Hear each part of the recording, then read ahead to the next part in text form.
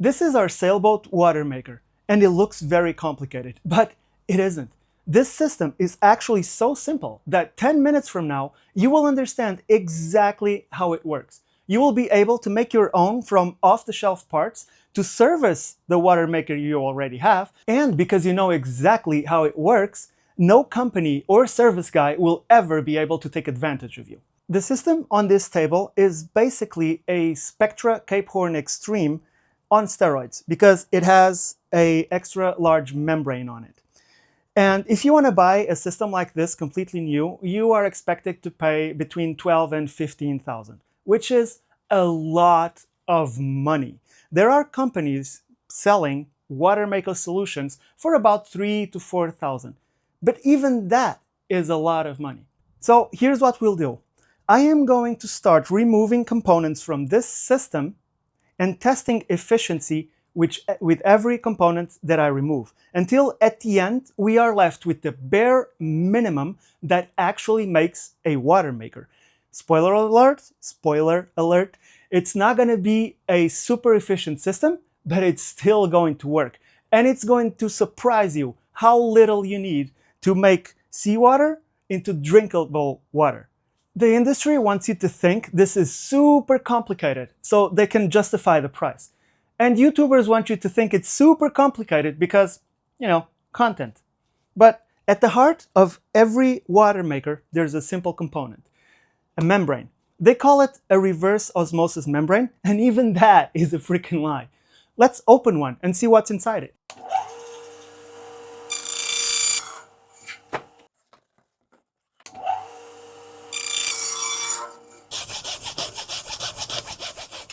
Why is it a lie? Because in osmosis, what you have is a high concentrated solution on one side and a low concentration on the other one. And by osmosis, these will migrate to the other side through the membrane by themselves until the solution reaches equilibrium. To reverse osmosis, you would have to take these guys and force them back to this side. But this is not what's happening. Inside the Watermaker, what you have is salt water on one side, a membrane, and then high pressure applied here that will force the water to go through the membrane, not the salt crystals. The salt crystals get rejected. You know what this is called? It's a filter. Yeah, now that we know how a membrane works, here's one.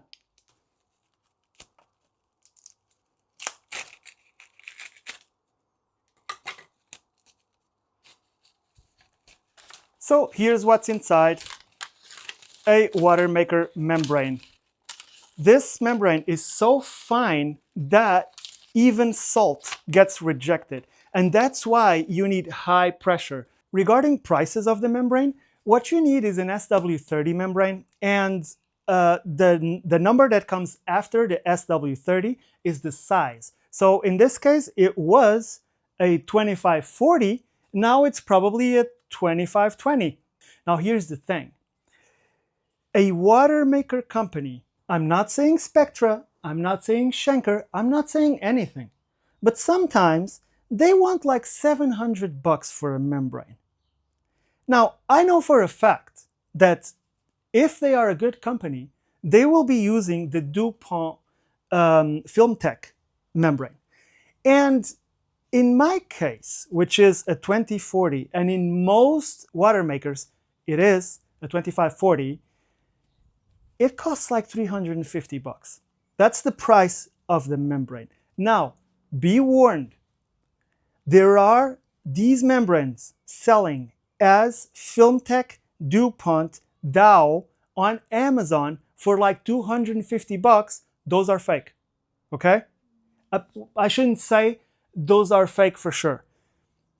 There is a company making these, making fakes. You will see people saying that their membrane, the last one lasted like for 7 years and the new one lasted 6 months. That's why it's a fake. So buy from a reputable source. Don't get, screwed by these. I'll put a link. Again, these people don't know me. I bought 2 membranes from them. Shipping was good. Price was good.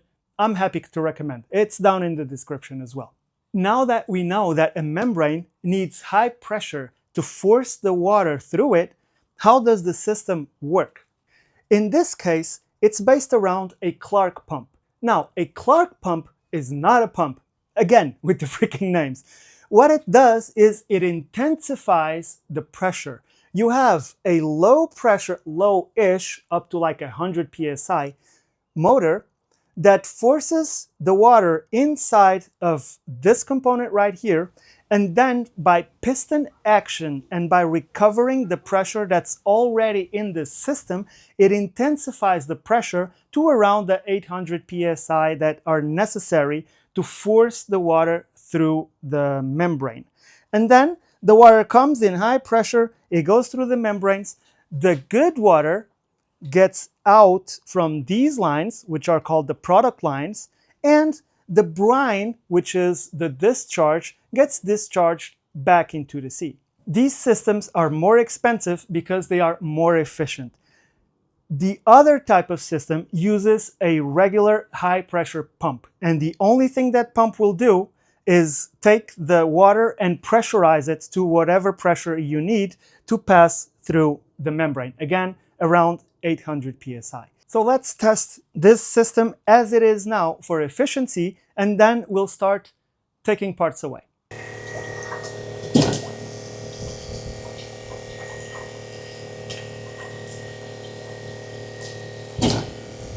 In this configuration, we managed to make 55 liters per hour using the 2 motors and 32 liters per hour using just 1 motor. Because you can choose if you run one motor, the other motor, or both at the same time, which is something cool about the system because there's redundancy.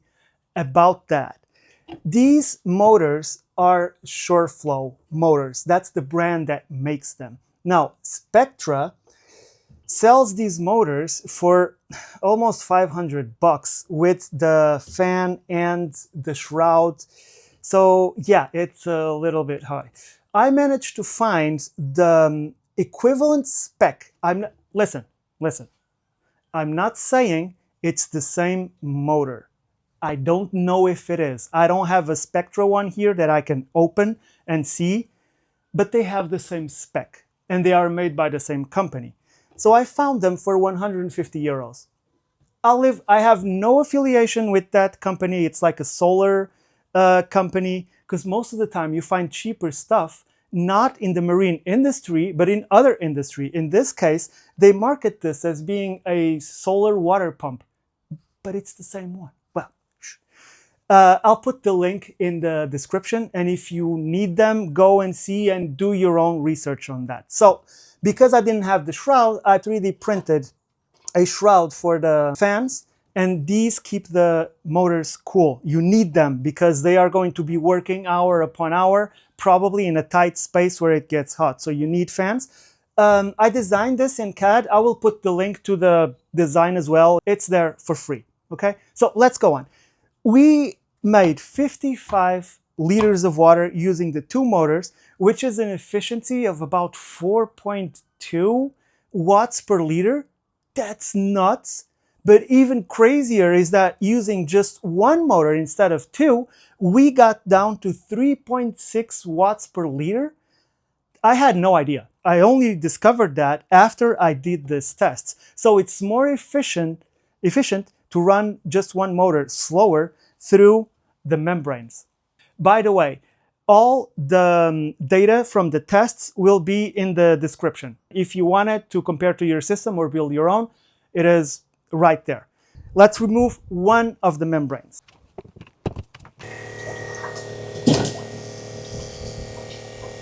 So the current draw with 1 motor rose from 120 watts to 140, while production stayed basically the same.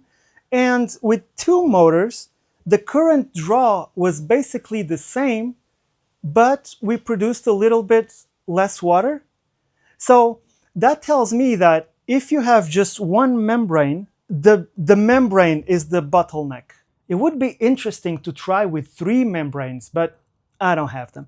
Anyway, so 2 membranes is better than 1, but 1 will work. And what we learned from this is that when you're building your Watermaker or buying your Watermaker, prioritize membrane size. There are some models that have like a tiny little membrane. That thing will be under stress and it will not be efficient at all. So we've removed one membrane, and we already determined that actually having just one motor is more efficient than having two. It's slower, but more efficient. So you can actually remove all of this part from the system, thus reducing the price down. By the way, this thing is an expansion vessel, and the reason it's here is because when the pump goes from one stroke to the other, it pulses with pressure, and this is trying to absorb that pulse, and it should be as close as possible to the inlet of the Clark pump. So what else can we remove from here? Well, the only thing we can remove is the Clark pump. But if we do that, we don't have enough pressure so that the water can make water. It will not go through the membrane. So what we need is a pump that can make that pressure. So let me reorganize this and we'll be right back. If all we need is a membrane and water pressure, enter the cheap pressure washer. This one is from Lidl. It cost me like 50 bucks. And actually, the cheaper, the better, because the inside, it's all made out of plastic, so it survives the saltwater environment, the better. Believe it or not, these units can reach 800 psi, which is what we need, easily. This Watermaker is super simple. Water comes from the blue pipe, it goes into a feed pump. Any feed pump is good as long as it can overcome the pressure of the filter, the 5-micron filter to filter, the water before it gets into your membrane. Then it goes out into a normal hose. It comes in the normal inlet for the pressure washer. On this side is where your gun would be attached.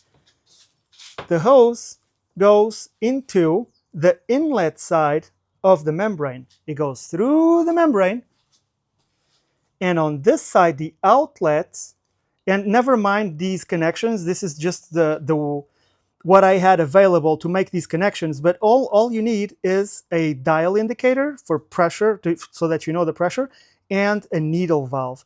The needle valve is what controls the pressure. As you close it, you create restriction. And as we all know, pumps do not create pressure. Restrictions create pressure. Pumps create flow. So when you turn it on, you are going to slowly close this down until you reach 800 psi on the dial. And then, after a while, product water will start to be produced, and it will get out on this line.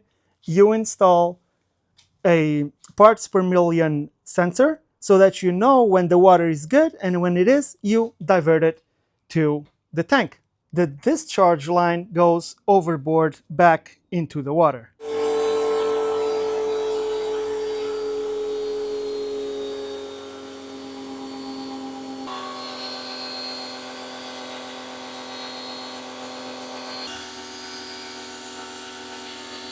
With this system, we are able to produce about 33 liters per hour, which is not bad considering it's made out of a pressure washer, a membrane, something to restrict the flow so we can get pressure, and the filter and the pump, and that's it.